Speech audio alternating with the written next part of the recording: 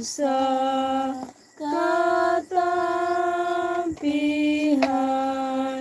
dito may kabuhian. Ang kinabuhi nga dayon sa magmatinumanon o pagkamahigugmaon ni Jesus nga maluluyod. Jesus, Jesus, pasud lamang ako.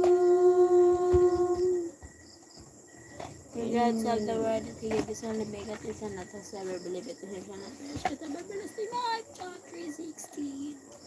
Now call unto me, and I will answer thee, and show thee great and mighty things which thou knowest not.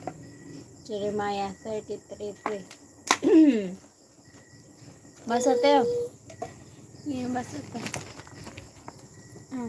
Bani, dati ako sa kuan, babay ako. Ano yung banid? Di ba sa nga banid ba? Masaron? Di yung electric fan ha? Ang nahinawayan. Pero nga naman, ginagandar. Luwag na. Sa luwag galingan. Paano dito? Tandog ka sa. Pero nga ng Bible na nagansa. Bira.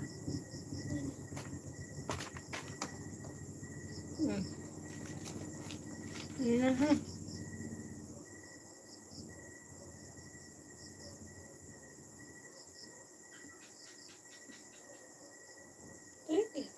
Basa na tayo.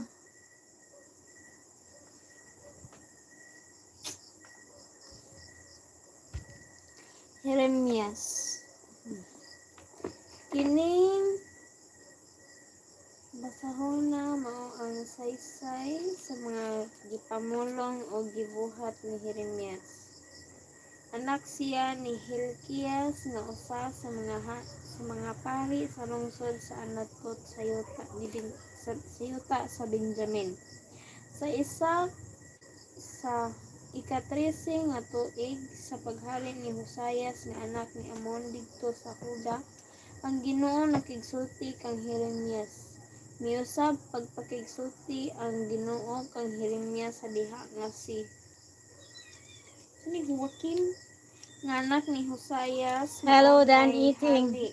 You're done eating. Human ni adto nakigsulti pagayod kaniya ang Ginoo sa makadaghan hangtod sa pagkabihag sa katawhan sa Jerusalem sa ikalima nga bulan sa ika-11 nga tuig sa paghari ni Sedekias nga anak ni Hosayas. Gipili nga propeta si Jeremias. Ang Ginoo miingon kanako, sa wala ko pa ikaw buhata diha sa taguangkan sa imong inahan, ug sa wala pa ikaw matawo gigahin